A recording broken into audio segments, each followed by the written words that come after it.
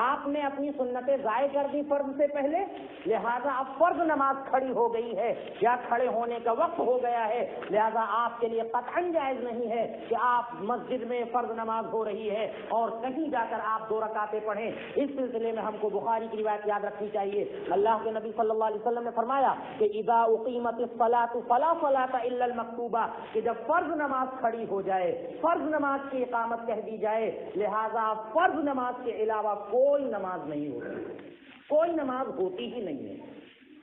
یہ بات بالکل غلط ہے کہ لوگ یہ کہتے ہیں کہیں جا کر پڑھ لینا چاہیے۔ اب آپ سوچئے، یہ بات اس اعتبار سے بھی سمجھیے کہ وہ شخص جو سنت پڑھ رہا ہے، ادھر فرض کھڑی ہے، وہ سنت پڑھ رہا ہے، آپ سوچئے اس کا دھیان کدھر رہے گا؟ امام صاحب کہاں پہنچے، 1 رکعت باقی ہے، کیا باقی ہے، تشہد باقی ہے یا سلام باقی ہے، اس کا پورا دھیان امام صاحب کی طرف لگا ہوا ہے۔ لہذا اس اعتبار سے بھی یہ غلط ہے، لہذا اس کو ختم کرنا چاہیے۔ آپ عرب ممالک میں دیکھ لیجئے، اگر فرض کھڑی ہے اور کوئی سنت پڑھ رہا ہے تو اس کو جھنجھوڑ کر آ کر اس کی نماز کو ختم کرا دیا جاتا ہے اور کہا جاتا ہے جاؤ فرض میں شریک ہو۔ لہذا یہ بالکل غلط ہے کہ فرض نماز کھڑی ہو جائے اور آپ سنتیں جا کر پڑھیں اور یہ بیان کیا جائے کہ کہیں مسجد کے کونے میں جا کر پڑھیں۔ لہذا اذا اقیمت الصلاۃ فلا صلاۃ الا المکتوبہ، یہ بنیادی حدیث ہے، اس کو ہم کو یاد رکھنا چاہیے اور اس کے خلاف آپ کو کچھ بھی نہیں ملے گا۔ ڈوبتے کو تنکے کا سہارا مل سکتا ہے، ادھر ادھر کی باتیں مل سکتی ہیں، اپنا قیاس مل سکتا ہے، اپنی سوچ مل سکتی ہے، لیکن اس حدیث کے خلاف آپ کو کچھ نہیں ملے گا۔ لہذا اذا اقیمت الصلاۃ فلا صلاۃ الا المکتوبہ، کہ جب فرض نماز کی اقامت کہہ دی جائے تو پھر اس وقت سنت پڑھنے کا کوئی محل نہیں رہ جاتا، کوئی وقت نہیں رہ جاتا۔ ہاں اب اتنا ہے کہ آپ نے فرض سے پہلے سنتیں نہیں پڑھی، آپ کی سنتیں چھٹ گئیں، تو ان کو کب پڑھیں گے؟ ان کو کب پڑھیں گے؟ تو یوں تو آپ دیکھیں، فرض نماز کے بعد یعنی فجر کی جو 2 رکعتیں فرض آپ نے پڑھ لی، اس کے بعد عام سنتوں کی اجازت آپ کو نہیں ہے۔ عام سنتیں آپ پڑھنا چاہیں، نفل پڑھنا چاہیں تو آپ نہیں پڑھ سکتے ہیں جب تک کہ سورج نکل نہ جائے، آپ نہیں پڑھ سکتے ہیں۔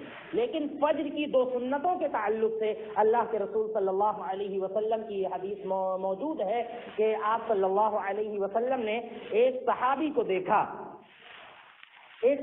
دیکھا کہ وہ فرض کے فوراً بعد یعنی فجر کی فرض ہو گئی ہے، اس کے بعد 2 رکعتیں پڑھ رہے ہیں، تو اللہ کے نبی صلی اللہ علیہ وسلم نے ان سے آ کر پوچھا کہ یہ کون سی 2 رکعتیں ہیں؟ تو انہوں نے ذکر کیا کہ فجر کے پہلے کی سنتیں ہم سے چھوٹ گئی تھیں، اے نبی صلی اللہ علیہ وسلم ان کو اب ہم ادا کر رہے ہیں۔ تو آپ صلی اللہ علیہ وسلم خاموش ہو گئے، آپ نے ان کو منع نہیں کیا کہ یہ تم غلط کر رہے ہو۔ پتہ چلا کہ اللہ کے رسول صلی اللہ علیہ وسلم سے ثابت ہے، حدیث تقریری ہے، آپ صلی اللہ علیہ وسلم سے ثابت ہے کہ اگر کسی نے فرض سے پہلے سنتیں نہیں پڑھی ہیں، لہذا وہ بعد میں فرض کے بعد وہ سنتوں کی ادائیگی کر سکتا ہے، لیکن اس کو عادت نہیں بنانا چاہیے کہ آپ روزانہ فجر سے پہلے کی سنتیں چھوڑ دیں اور روزانہ فرض کے بعد پڑھیں، یہ بالکل درست نہیں ہے۔ لہذا اگر چھوٹ گئی ہے تو فوراً فجر کے بعد پڑھنے کی اللہ کے نبی صلی اللہ علیہ وسلم نے اجازت دی ہے، لہذا اس کا ہمیں خیال رکھنا چاہیے۔ اس کے بعد جمعہ کا معاملہ ہے، جمعہ سے پہلے اللہ کے رسول صلی اللہ علیہ وسلم سے رکعتوں کی تعداد کوئی مقرر نہیں ہے، کتنی رکعتیں آپ کو پڑھنا ہے جمعہ سے پہلے۔ اللہ کے نبی صلی اللہ علیہ وسلم نے فضیلت بیان فرمائی ہے کہ اگر کوئی شخص مسجد آتا ہے اور بہت پہلے آ جاتا ہے، خطبے میں اذان میں ابھی وقت ہے، لہذا فصلی ما قدر لہ، جتنی اس کے مقدر میں ہے اتنی رکعتیں پڑھ لے، 2 4 6 8 10 12 جتنی رکعتیں زیادہ سے زیادہ پڑھ سکتا ہے، اللہ کے نبی صلی اللہ علیہ وسلم نے فرمایا پڑھ لے، تو اس کے لیے فضیلت کی بات ہے، ورنہ کم از کم 2 رکعتیں پڑھ لینا چاہیے ہم کو، چاہے خطبہ ہی کیوں نہ ہو رہا ہو۔ اللہ کے نبی صلی اللہ علیہ وسلم ایک مرتبہ خطبہ دے رہے تھے، ایک صحابی آئے، وہ آ کر بیٹھ گئے، تو آپ صلی اللہ علیہ وسلم نے فرمایا کہ افلیتا، کیا تم نے نماز پڑھ لی ہے؟ انہوں نے کہا کہ نہیں، ہم نے نماز نہیں پڑھی۔ اللہ کے نبی صلی اللہ علیہ وسلم نے فرمایا کہ اٹھو، قم فصلی رکعتین خفیفتین، اٹھو اور 2 ہلکی رکعتیں پڑھ لو۔ خطبے کے دوران آپ نے ارشاد فرمایا، پتہ یہ چلا کہ کم از کم 2 رکعتیں ہم کو پڑھ لینا چاہیے۔ جہاں تک معاملہ ہے جمعہ کے بعد کتنی رکعتیں پڑھیں گے، تو آپ صلی اللہ علیہ وسلم نے فرمایا، آپ کا واضح ارشاد ہے کہ من صلی الجمعہ فلیصلی بعدها 4، جس نے جمعہ کی نماز پڑھ لی اب اس کو چاہیے کہ اس اس کے بعد 4 رکعت پڑھ لے، اس کے بعد وہ 4 رکعت پڑھ لے۔ اور ایک دوسری روایت میں کبھی کبھار اللہ کے نبی صلی اللہ علیہ وسلم سے 2 رکعت پڑھنا بھی ثابت ہے، جیسا کہ گھر میں اللہ کے نبی صلی اللہ علیہ وسلم جا کر جمعے کے بعد 2 رکعتیں پڑھا کرتے تھے۔ لہٰذا 4 رکعتیں آپ پڑھ لیں، بہت بہتر ہے۔